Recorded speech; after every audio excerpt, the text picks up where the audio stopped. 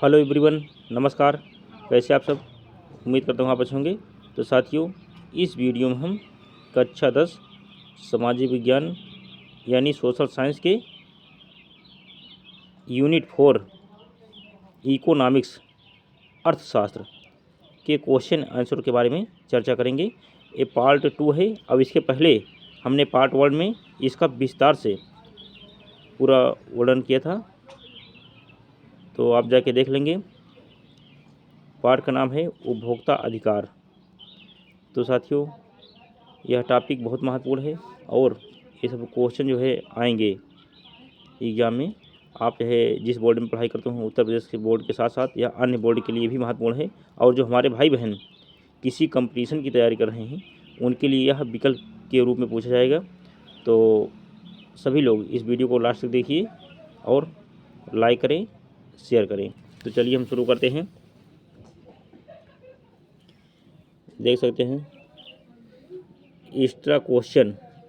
पाठ का नाम है उपभोक्ता अधिकार, इकोनॉमिक्स क्लास 10। तो इसमें आता है पहले, चलिए यहाँ भी है उपभोक्ता अधिकार। साथियों, इस प्रश्न को तैयार करने में बहुत टाइम लगा था, टाइप करने में। तो आप लोग लाइक करें, कमेंट करें और इस वीडियो को शेयर ज़रूर करें। देखिए, इंपॉर्टेंट क्वेश्चन मैंने साफ साफ लिख दिया हूँ। पहला क्या है? अति लघुत्तरीय प्रश्न। तो पहला क्वेश्चन क्या है? उपभोक्ता जागरूकता से आप क्या समझते हैं? उत्तर हो जाएगा, उपभोक्ता को उसके अधिकारों एवं कर्तव्यों से अवगत कराना ही उपभोक्ता जागरूकता है। जैसे हम क्या कर रहे हैं, जैसे आपको ऑनलाइन के माध्यम से अध्ययन करा रहे हैं, तो आप क्या होगा, अध्ययन करके आप जागरूक हो जा रहे हैं। अब एग्जाम में ये सब प्रश्न आएगा तो आप अच्छे नंबर से लिख देंगे वहाँ, तो भैया आपको नंबर मिल जाएगा, आप अच्छे नंबर से पास हो जाएंगे। तो इसलिए जो जागरूक कराए वही क्या है? उपभोक्ता जागरूकता है। अब इसके बाद क्वेश्चन नंबर 2, उपभोक्ता के शोषण का कोई एक उदाहरण दीजिए। तो उत्तर हो जाएगा, उपभोक्ता को मिलावटी वस्तु देना। ये होता है क्या? उपभोक्ता के साथ यानी धोखा करना, शोषण करना, ये होता है। कोई अगर गया किसी वस्तु को कहीं कहीं भी खरीदने, अगर उस वस्तु में कोई प्रकार की मिलावट है तो समझ लो क्या है, वो शोषण है फिर। चलिए इसका स्क्रीनशॉट लीजिए। अब नेक्स्ट, सूचना का अधिकार से क्या तात्पर्य है? सूचना का अधिकार वह कानून है जिसके तहत देश के नागरिकों को सरकारों के निर्णय व कार्यकलापों की सूचना पाने का अधिकार है। सरकार कितना काम कर रही है उसको जो है जन सूचना के तहत आप जानकारी ले सकते हैं। अब क्वेश्चन नंबर 6, उपभोक्ता संरक्षण से आप क्या समझते हैं? उत्तर, उपभोक्ता को उत्पादक, विक्रेता तथा दुकानदार के शोषण से बचाना ही उपभोक्ता संरक्षण है। यानी अगर बचा ले गए तो संरक्षण हो गया। नेक्स्ट क्वेश्चन क्या है? उपभोक्ता जागरूकता से आप क्या समझते हैं? उपभोक्ता को उसके अधिकारों एवं कर्तव्यों से अवगत कराना ही उपभोक्ता जागरूकता है। बिल्कुल सिंपल भाषा में लिखा गया साथियों, एकदम सिंपल वर्ड हैं। आप एक बार अगर वीडियो देख लेंगे पूरा, 20 से नहीं, तो आपको जो है पूरा समझ में आ जाएगा और एग्जाम में बढ़िया लिख के नंबर ले लेंगे। अब देखिए क्या हो जाएगा, किस अधिकार के तहत हम उपभोक्ता अदालत में अपनी हानि हेतु दावा कर सकते हैं? चलिए, यानी अपनी हानि हेतु दावा कर सकते हैं कौन हो? क्षतिपूर्ति निवारण के अधिकार से हम उपभोक्ता अदालत में दावा करते हैं। क्वेश्चन नंबर 9 देखिए, किसी वस्तु की निर्माण एवं संपत्ति की तिथि जानना किस अधिकार के अंतर्गत आता है? तो उत्तर क्या हो जाएगा, किसी वस्तु के निर्माण एवं संपत्ति की तिथि जानना सूचना पाने के अधिकार के तहत आता है। अब क्वेश्चन नंबर 10, उपभोक्ता के कोई दो अधिकारों का नाम बताइए। उत्तर क्या हो जाएगा, सूचना पाने का अधिकार, नंबर 2 सुरक्षा का अधिकार। यही दो मेन हैं साथियों। चलिए अब नेक्स्ट, इसके बाद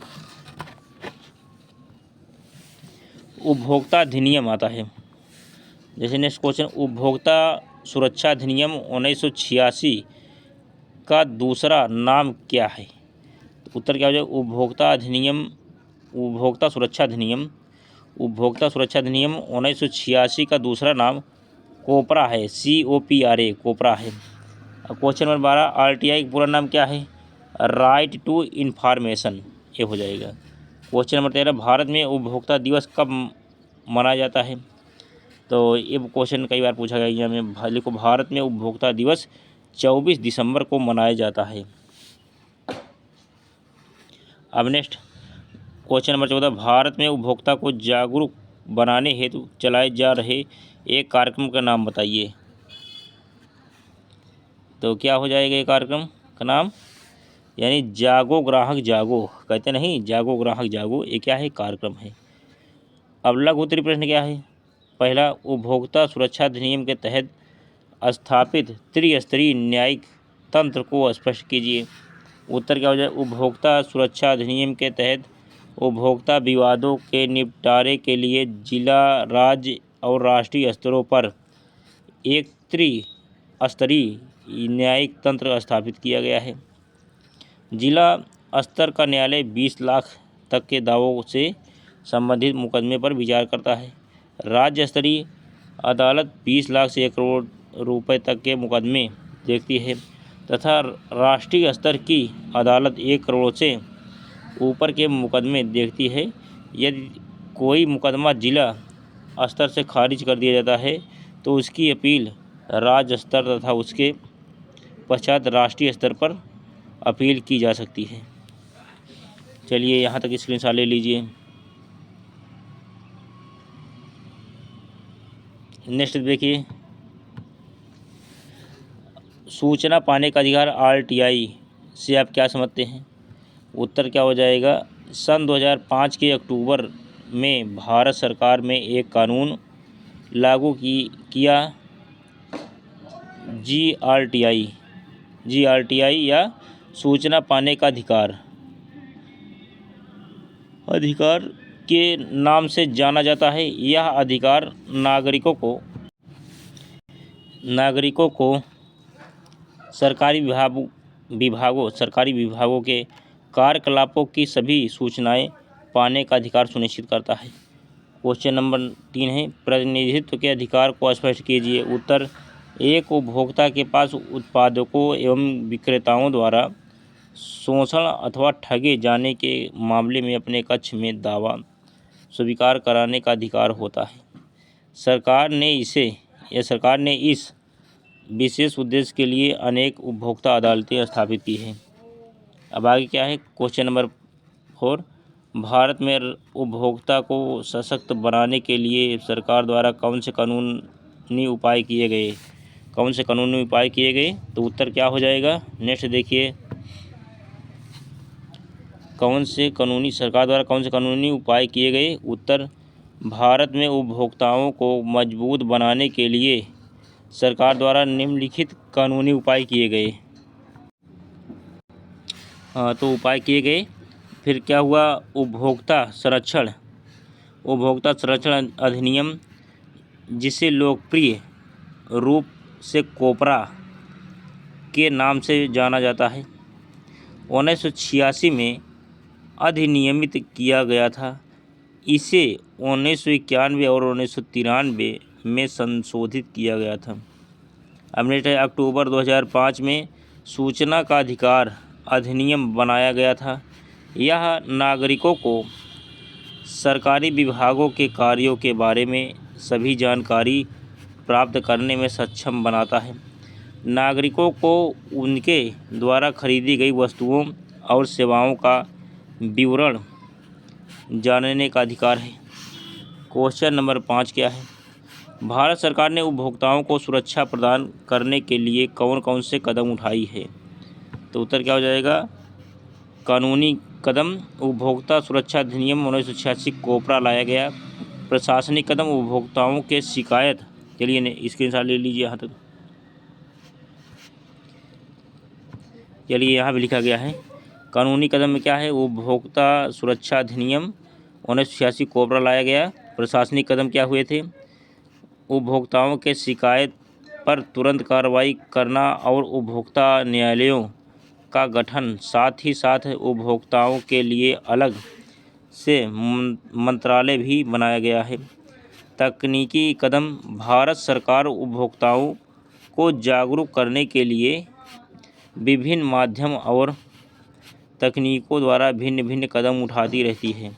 अब आगे क्या हो जाए, क्वेश्चन नंबर 6, ऐसे कुछ तरीके बताइए जिनसे दुकानदारों द्वारा उपभोक्ताओं को वस्तु खरीदते समय शोषण किया जाता है। अब देखिए क्या हो जाएगा। नंबर उत्तर क्या हो जाएगा, घटिया किस्म की वस्तु देना, कम मापना या तोलना आदि। नंबर 3, अधिकतम खुदरा मूल्य से भी अधिक मूल्य वसूलना। नंबर 4, नकली वस्तुएं देना। यहाँ तक स्क्रीनशॉट ले लीजिए। अब नेक्स्ट, नकली वस्तुएं देना, मिलावटी दोषपूर्ण वस्तु देना, जमाखोरी, झूठी या अधूरी सूचना देना, उपभोक्ताओं के साथ बुरा व्यवहार करना। ये क्या होती हैं, दोषपूर्ण आदतें। अब आ क्या है नंबर 7, उपभोक्ताओं के कोई 4 अधिकार बताओ। उपभोक्ताओं के 4 निम्नलिखित अधिकार हैं। पहला, सुरक्षा का अधिकार। नंबर 2, सुरक्षा पाने का अधिकार, सूचना पाने का अधिकार, जिसे 2005 राइट टू इंफॉर्मेशन यानी सूचना पाने का अधिकार। तीसरा, चुनने का अधिकार। और नेक्स्ट, सुनवाई का अधिकार। अब क्या हो जाएगा, उपभोक्ता किस माध्यम से अपनी एकजुटता व्यय कर सकते हैं। तो उत्तर क्या हो जाएगा, उपभोक्ता जागरूकता संगठन बनाकर उपभोक्ता अपनी एकजुटता व्यक्त कर सकते हैं, जिसे सरकार द्वारा गठित विभिन्न समितियों में प्रतिनिधित्व मिल। चलिए यहाँ तक स्क्रीनशॉट ले लीजिए।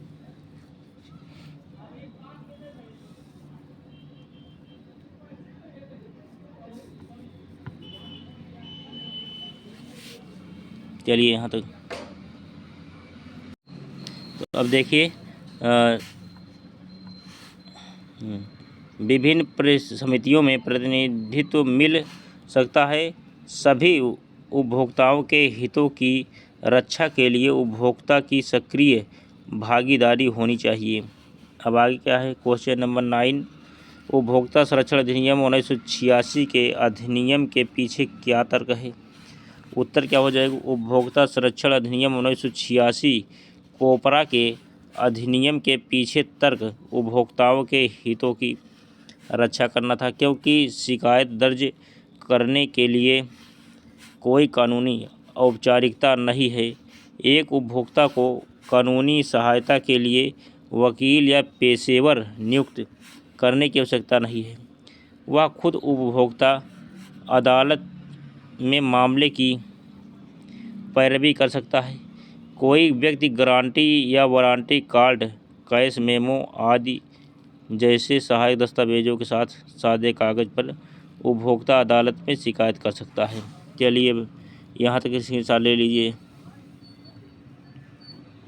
अब आगे क्या है, नेक्स्ट प्रश्न, सूचना पाने का अधिकार क्या है, इसके कोई 2 लाभ बताइए, समझाइए।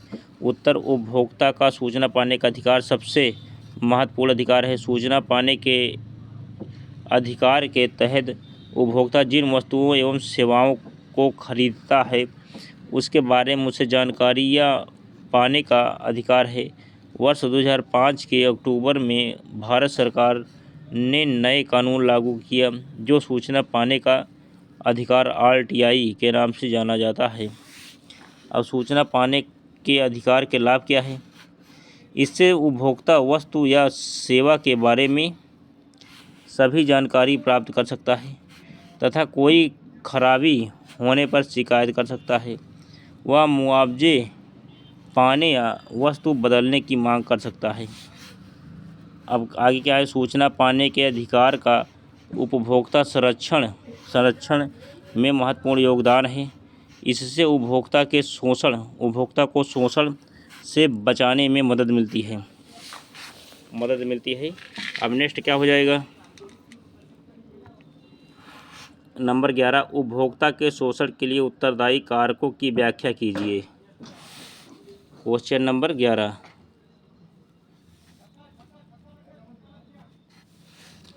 उपभोक्ता के शोषण के लिए उत्तरदायी कारकों की व्याख्या कीजिए। उत्तर क्या हो जाएगा, दुकानदारों द्वारा सीमित सूचना देना, निम्न साक्षरता का होना, सीमित पूर्ति, सीमित प्रतियोगिता, उपभोक्ताओं में जागरूकता का अभाव। ये क्या होते हैं? ये कारक होते हैं, शोषण के लिए उत्तरदायी कारक हैं। अब क्वेश्चन नंबर 12 क्या है? उपभोक्ता को उत्पादकों एवं विक्रेताओं के शोषण से बचाने हेतु कोई 2 उपाय बताइए। उत्तर क्या हो जाएगा? उपभोक्ता को उसके अधिकारों के संबंध में जानकारी प्रदान करना चाहिए ताकि वह अपने संरक्षण में इनका उपयोग कर सके। नेक्स्ट है, उपभोक्ता को संरक्षण संबंधी सभी अधिनियमों एवं प्रक्रिया के संबंध में जानकारी देनी चाहिए। चलिए यहाँ तक इसी। अब आगे क्या है? उपभोक्ता के कोई 2 प्रमुख अधिकारों को स्पष्ट कीजिए। नेक्स्ट चलिए यहाँ से अब पहला क्या है? 2 अधिकार को स्पष्ट करना है। 2 प्रमुख अधिकारों को स्पष्ट कीजिए उपभोक्ता के। तो चुनने का अधिकार, किसी भी उपभोक्ता को जो कि किसी सेवा को प्राप्त करता है, चाहे वह किसी भी आयु या लिंग का हो और किसी भी तरह की सेवा प्राप्त करता हो, उसको सेवा प्राप्त करते हुए हमेशा चुनने का अधिकार है। वह उपलब्ध विकल्पों में से वस्तु अथवा सेवा का चयन करने हेतु स्वतंत्र है। अब क्या है? नेक्स्ट, क्षतिपूर्ति निवारण का अधिकार। उपभोक्ताओं को अनुचित सौदेबाजी और शोषण के विरुद्ध क्षतिपूर्ति निवारण का अधिकार है। यदि एक उपभोक्ता को कोई क्षति पहुंचाई जाती है तो क्षति के आधार पर उसे क्षतिपूर्ति पाने का अधिकार होता है। इस हेतु उपभोक्ता अदालतों की स्थापना की गई है। अब आगे क्या हो जाएगा? क्वेश्चन नंबर 14 देखिए, कोपरा क्या है? यह कैसे उपभोक्ताओं की मदद करता है? तो उत्तर क्या हो जाएगा? उत्तर कोपरा COPRA का पूरा नाम उपभोक्ता सुरक्षा अधिनियम 1986 है, जो विभिन्न प्रकार से उपभोक्ताओं के शोषण से सुरक्षा प्रदान करता है। चलिए यहाँ तक स्क्रीनशॉट ले लीजिए साथियों। अब नेक्स्ट, क्षतिपूर्ति निवारण हेतु। अब आगे क्या है?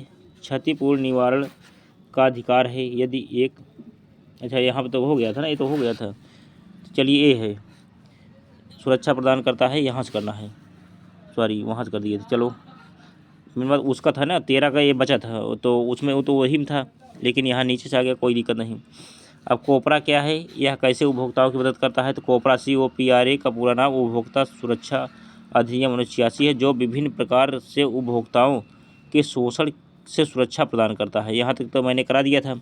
अब आ गया नंबर 1, दुकानदारों की मनचाही कीमत वसूलने, घटिया वस्तु देने, कम तौलने, मिलावट को रोकने तथा नकली वस्तुओं से उपभोक्ताओं को बचाने के लिए यह अधिनियम बनाया गया है। फिर से देख लीजिए, दुकानदारों की मनचाही कीमत वसूलने, घटिया वस्तु देने, कम तौलने, मिलावट को रोकने तथा नकली वस्तुओं से उपभोक्ताओं को बचाने के लिए यह अधिनियम बनाया गया है। अब नेक्स्ट है क्या? नंबर 2, इस कानून के अंतर्गत कोई भी ठगी का शिकार उपभोक्ता या उपभोक्ता न्यायालय में आवेदन देकर न्याय प्राप्त कर सकता है।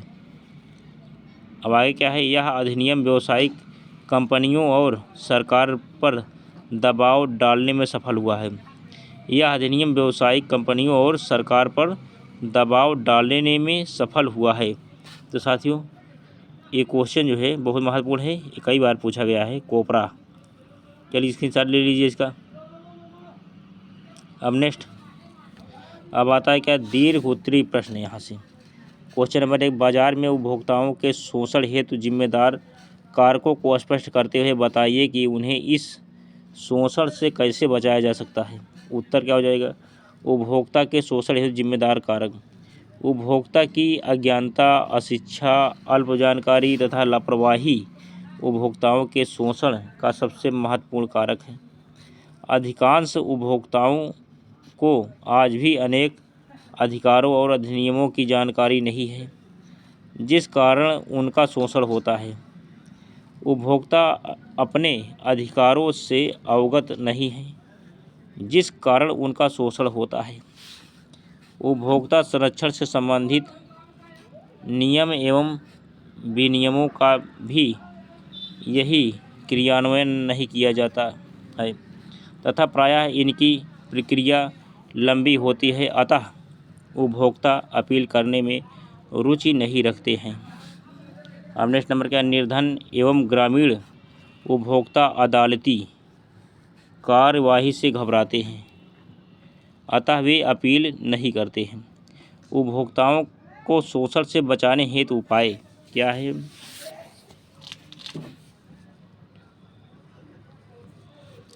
अब नेक्स्ट देखिए, अब उपभोक्ताओं को शोषण से बचाने हेतु उपाय क्या है? उपभोक्ताओं को उनके अधिकारों के बारे में जानकारी देनी चाहिए। उपभोक्ता संगठनों द्वारा लोगों को अधिक जागरूक बनाया जाना चाहिए और उपभोक्ता को उपभोक्ता सुरक्षा अधिनियम तथा अन्य अधिनियमों की जानकारी दी जानी चाहिए। उपभोक्ता को विज्ञापनों से उपभोक्ता अदालतों एवं शिकायत करने की प्रक्रिया से अवगत करवाना चाहिए। नेक्स्ट है, उपभोक्ता अधिनियमों का सही क्रियान्वयन किया जाना चाहिए। नेक्स्ट क्या है, क्वेश्चन नंबर 2 देखिए, बाजार में नियमों और विनियमों की आवश्यकता क्यों है? कुछ उदाहरण देकर समझाइए। अब उत्तर क्या हो जाएगा, बाजार में निम्नलिखित कारणों से नियमों और विनियमों की आवश्यकता होती है। कैसे होती है? दुकानदारों और व्यापारियों द्वारा उपभोक्ताओं का विभिन्न तरीकों से शोषण किया जाता है, जैसे कम वजन या माप, अधिक कीमत, मिलावटी और चलिए यहाँ तक इसी साल ले लीजिए।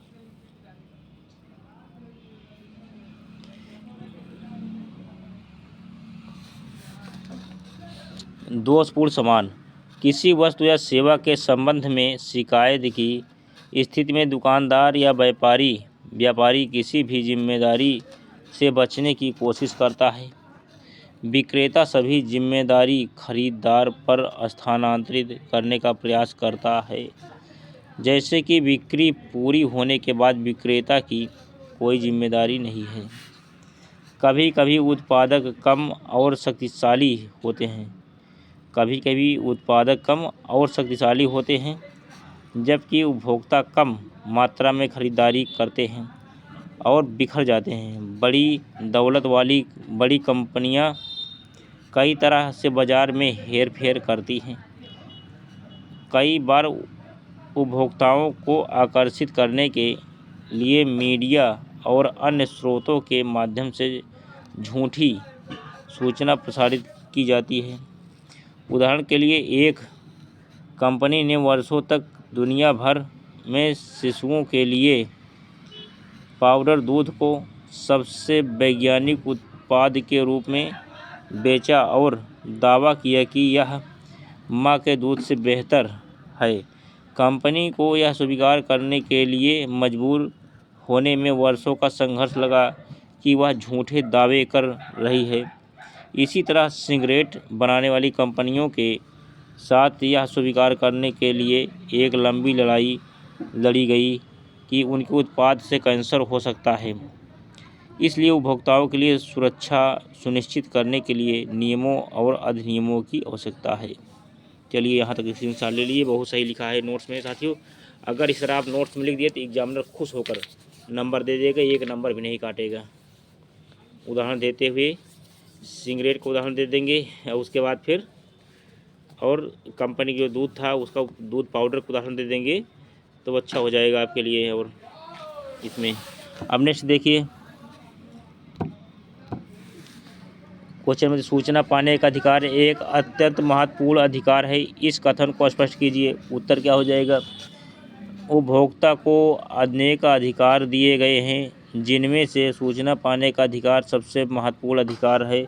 जब हम कोई वस्तु खरीदते हैं तो उस वस्तु के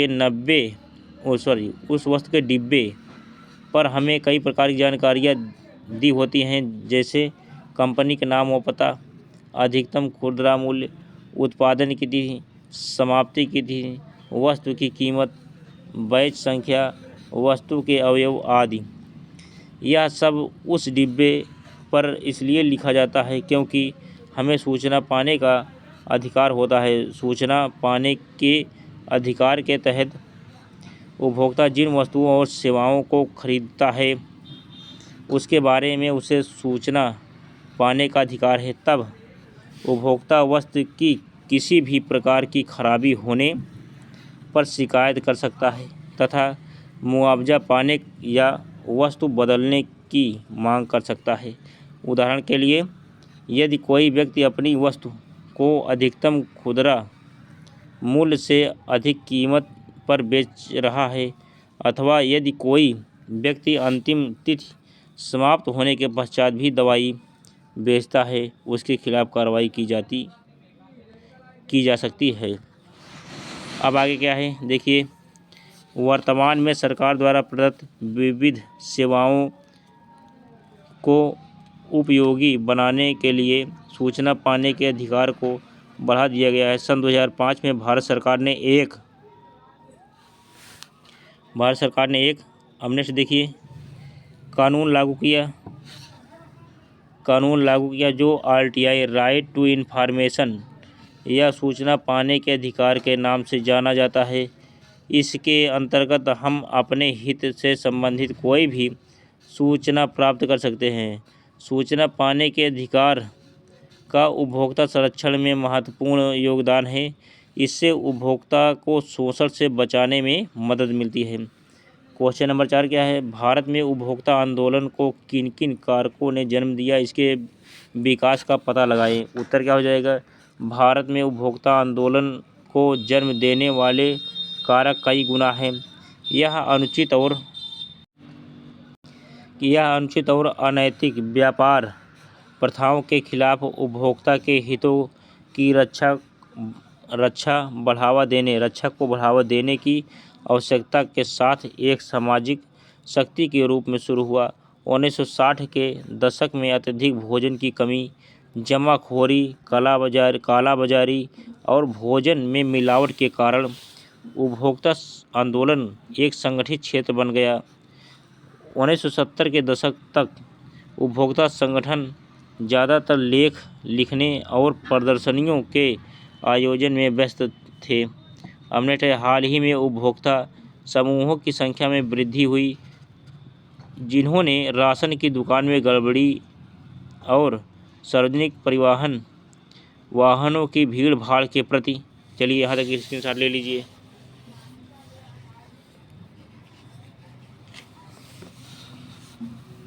अब नेक्स्ट,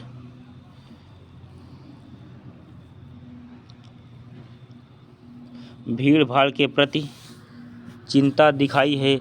1986 में भारत सरकार ने उपभोक्ता संरक्षण अधिनियम, जिसे कोपरा के नाम से भी जाना जाता है, अधिनियमित किया।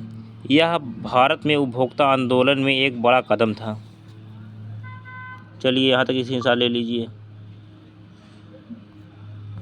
चलिए साथियों, पूरा हो गया। अब चलिए हम फिर से इसको एक बार कर देते हैं। देखिए, भारत में उपभोक्ता आंदोलन किन किन कारकों ने जन्म दिया, इसके विकास का पता लगाएं। चलिए नेक्स्ट प्रश्न है, देखिए फिर से मैं कर देता हूँ। भारत में उपभोक्ता आंदोलन को किन किन कारकों ने जन्म दिया, इसके विकास का पता लगाएं। तो उत्तर क्या हो जाएगा, भारत में उपभोक्ता आंदोलन को जन्म देने वाले कारक कई गुना है।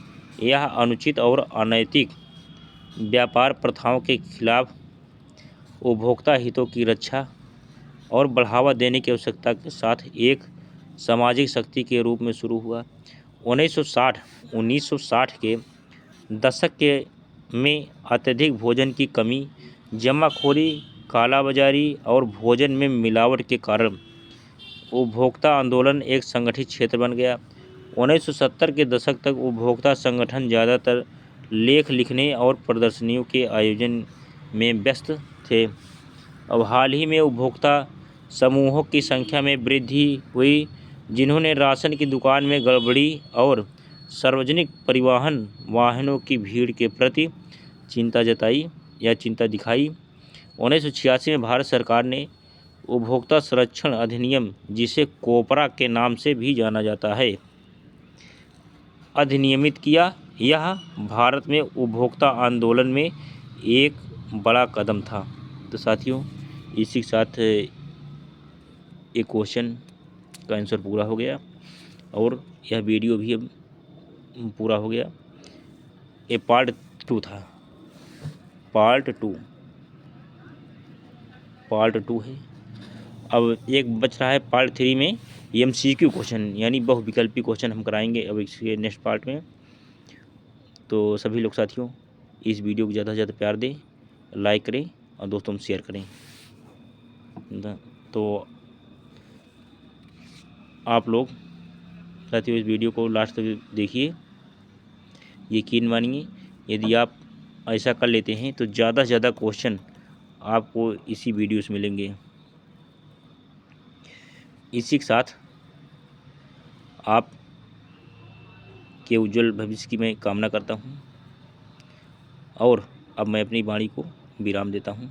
जय हिंद, जय भारत, वंदे मातरम।